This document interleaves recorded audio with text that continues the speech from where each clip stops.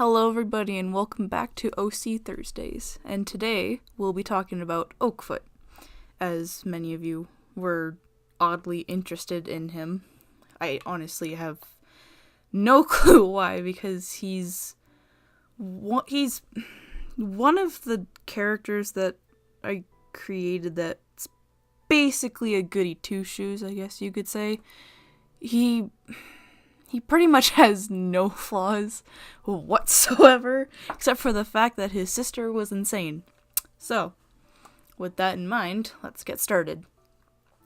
So, like always, I'm going to start off with his personality traits. Like I said, there's basically no flaws about him. He's basically that perfect OC that everybody in their life creates once in a while. So, personality traits, getting into it. He's very intelligent. He learns pretty quickly, and he's able to recognize certain situations and is able to put pretty difficult things together all into one so that it makes sense. He's very reliable. He was definitely the one cat that Lily Star could rely on when she needed someone to talk to. He was basically always there for her and always there for his clan. He's very confident as well. Much like his sister, they were both a bit of a confident little bunch. His confidence definitely made him a great warrior.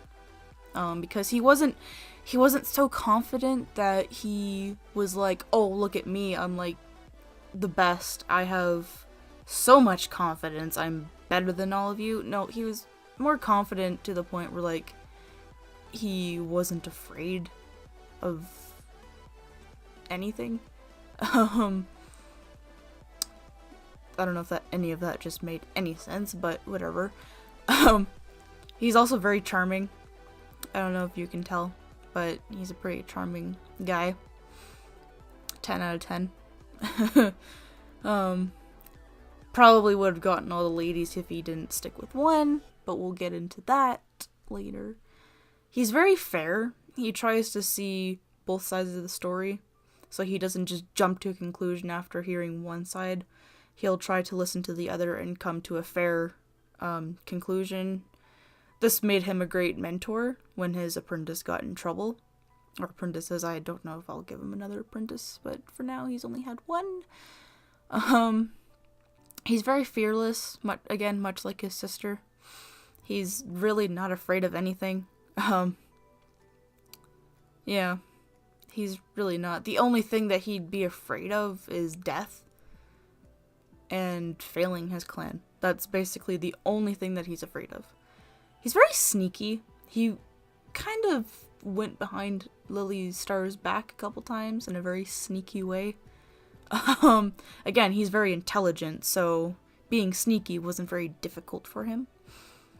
I like to consider this both a negative and positive trait about him, though, because, you know, him being sneaky kind of got him in trouble a little bit. He was a very good apprentice. He didn't get in trouble a whole lot, at least not to the point where it's actually in the story. So he was a goody two shoes. What can I say? When he's in a good mood, he's very sarcastic. Something that a lot of his clan liked about him. He was kind of that comedian that everyone liked. He always had these sarcastic remarks, especially when it came to Dark Clan. He would always annoy them with his sarcastic sayings and stuff, and yeah. He's very thoughtful. And this is the last trait that I have for him, because honestly I could have added like 100 more. Could have added 100 more if I can English right. I don't edit my recordings, so if I mess up, looks like we'll have bloopers in with it as well. So apparently I can't English very well either, though, but that's fine. I'm too lazy to actually edit, so yeah. and I just hate listening to my voice over, so just keep that in mind. So with that said, let's get into the basic key points of his life. At first I didn't think that there was a lot, but I decided to add in quite a bit, actually. There's a good amount here, pretty much about a page, so yeah. So, like his sister, he was born a kitty pet. He joined the clan as a kit. Much like Lilystar and Violetpetal, which is his other sister. He had a pretty average kit life, you know? Casually getting into trouble here and there, etc. He was apprenticed to the clan deputy, Brookwave, whereas his sister was apprenticed to the leader. So, right off the bat, they've kind of been set up for success, I guess you could say. From the very start, he tries to work extremely hard to gain his clanmates' trust, because in the beginning they didn't really trust any of them. They didn't trust Lilystar or Violetpetal, to be honest. Struggling with my words here. But yeah, he definitely works very hard to prove that he is trustworthy, and it doesn't take very long for his clanmates to actually trust him. Whereas Lilystar, on the other hand, or Lilypaw at this time, it took them a lot longer to trust her. And even at the end, they still didn't really trust her all that much. So while he's an apprentice, a new apprentice joins the clan, and she's given the name Sweetpaw. And she instantly catches Oakpaw's eye, and he begins hanging out with her. And she seems to be like the first cat that's genuinely interested in him. Not that his clan wasn't interested in him or anything, but, you know, just that kind of stuff. When Lilypaw loses her eye, however, he's right there by her side, just like Springstar was, and he tries to help her, and, you know, he's successful. It doesn't take her long to get over it. It, you know, as I explained in her video, it makes her kind of more, what's the word? Man, I am not good with English today. Not one bit. If you want to know more about that incident, you can go watch the video that I did about her. But yeah. So, him helping her, or trying to help her, fight over... Man. After he tries to help her, and makes her realize that it's not the end of the world, and she can be a better warrior than really anyone in the clan. Yeah. So, yeah. Again, I cannot talk. Please forgive me. Just, I'm tired today. It's been a long day. So yeah, he helps her, and it makes them closer as littermates, etc. And so as training continues, he realizes that his strength was more in fighting techniques rather than hunting or swimming or fishing or whatever. He was more of a fighter than anything, whereas Lilypaw was more of a hunter and a swimmer. Even though she's actually a pretty decent fighter as well, and she could kick anyone's ass if she so desired.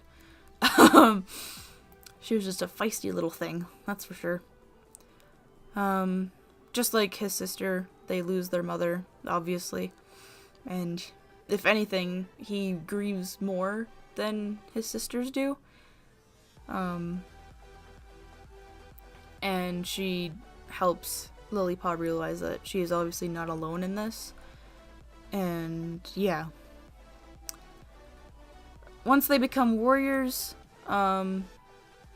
he receives his warrior name Oakfoot. Lilypaw becomes Lilystripe. Violetpaw becomes a full medicine cat a few moons later, receiving her medicine cat name Violetpetal. As time goes on, he kind of watches Lilystripe kind of begin to lose herself, I guess you could say. Sweetpaw's still an apprentice, and he realizes that he does have feelings for her. I didn't really want to talk about their relationship as apprentices too much because, again, there's a lot on this list.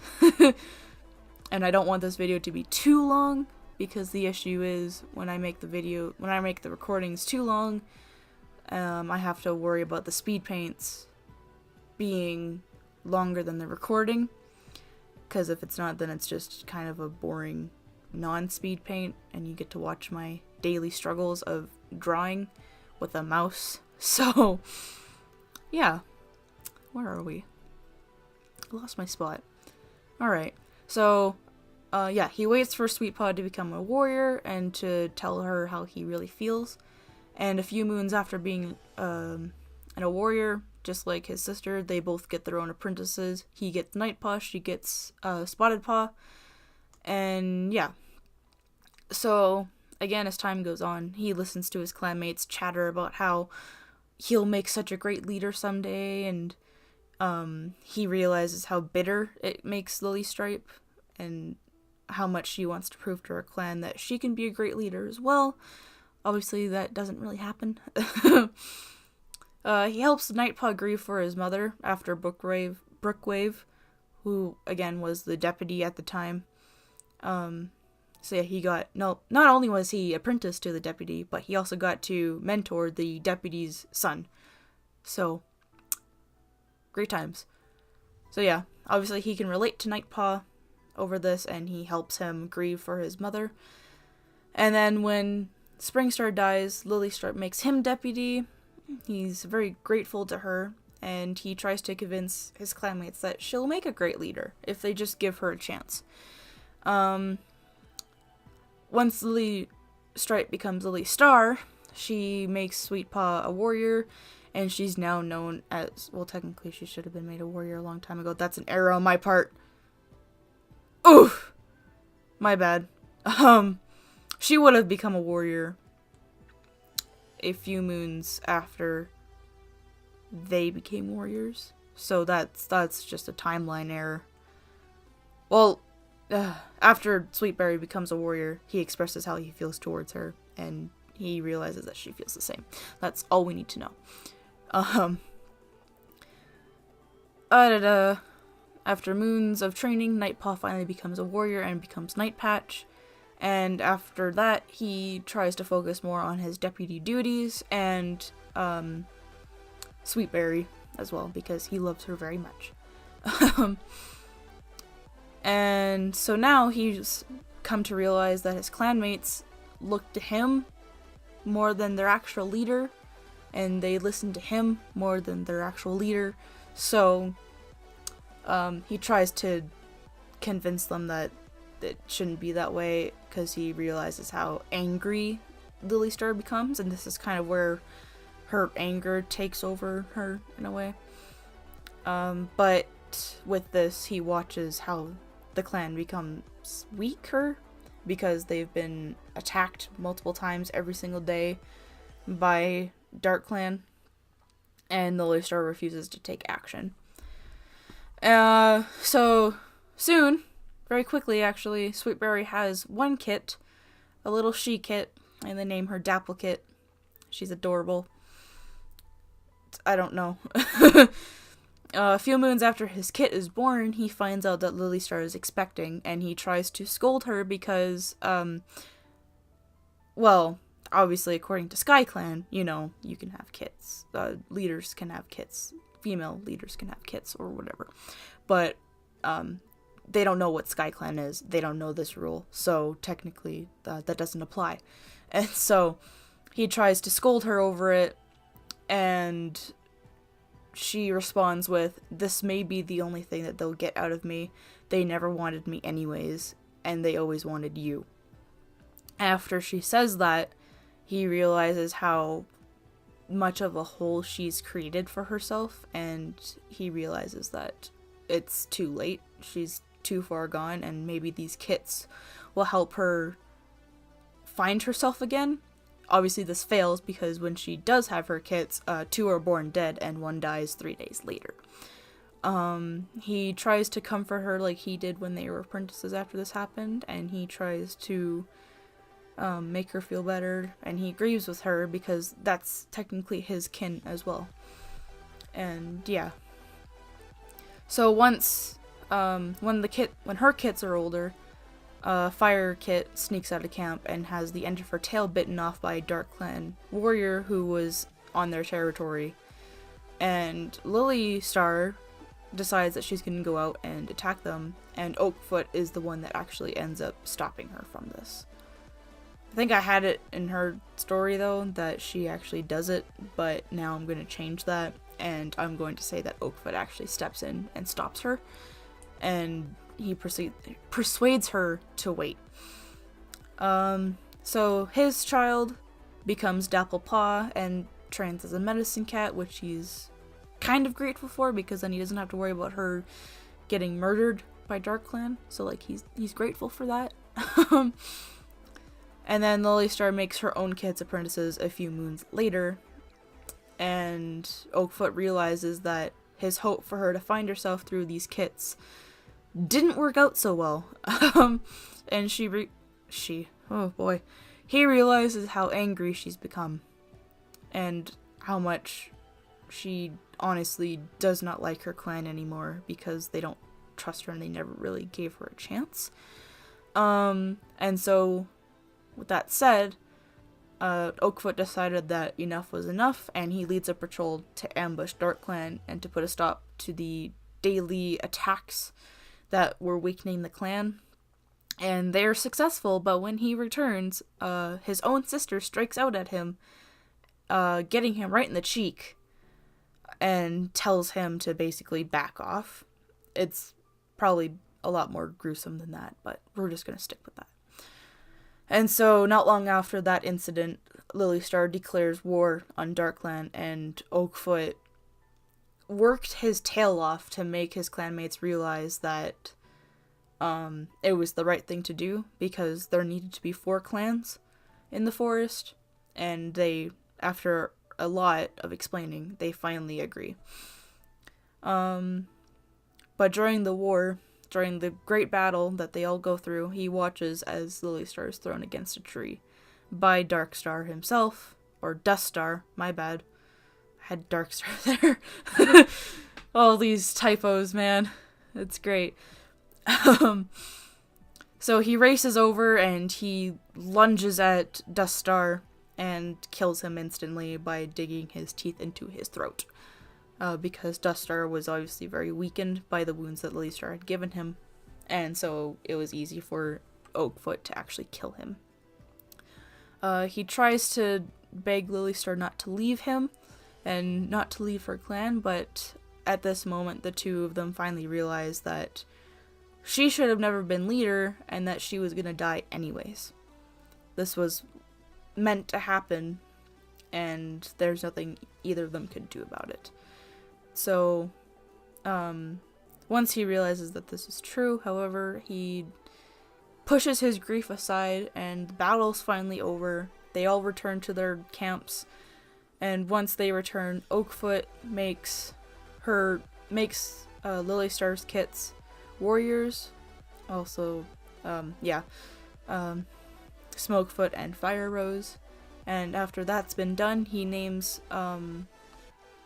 Snowfeather as his deputy. I might make a video on Snowfeather. I might have her as a suggestion, because I actually have a story for her. Because throughout all of this, she's kind of been a background character that I've barely mentioned, but she's pretty important in the story, especially with Lily Star and stuff, because she was one of Lily Star's supporters. which is why Oakfoot makes her deputy, because she was always on the Leestar's side and tried to reason with her clanmates. So once that's been said, he goes to get his 9 lives, and the Leestar gives him his 9th life. And that, yeah. He actually gets a life from the Leestar's kit, Birch Kit, who was the one that died 3 days after being born. He never got to meet the other 2 kits that were born dead. Obviously their spirits would be in StarClan, but he never gets to meet them. And that's actually where I'm gonna end this, because I don't have much of an idea of what happens after this point. This was just basically the most important stuff about Oakfoot. The rest of it's pretty normal, I guess. He lives a full life as leader. There's 4 clans in the forest. There's just normal everyday things that a leader does. He dies at a decent age and gets to join his sister in StarClan, and leaving whoever was deputy at the time, which wouldn't be Snowfeather because she was actually older than the both of them, so she doesn't live to be leader. Sadly, she would have made a great leader. But yeah. So, with that all done and said, I hope you guys enjoyed this video. This was actually a lot longer than I wanted it to be, but I'd like to ramble on and add more information than what I really need. So, I hope you guys enjoyed it either way. I hope that you find it interesting, and feel free to comment below who you think I should talk about next, or who you want to know more about next. I don't just have Warrior Cat OCs. So maybe let's try to pick a character that isn't a warrior cat. And but I will do whoever you guys want. So with that said, I hope you guys enjoyed, and I will see you in the next video.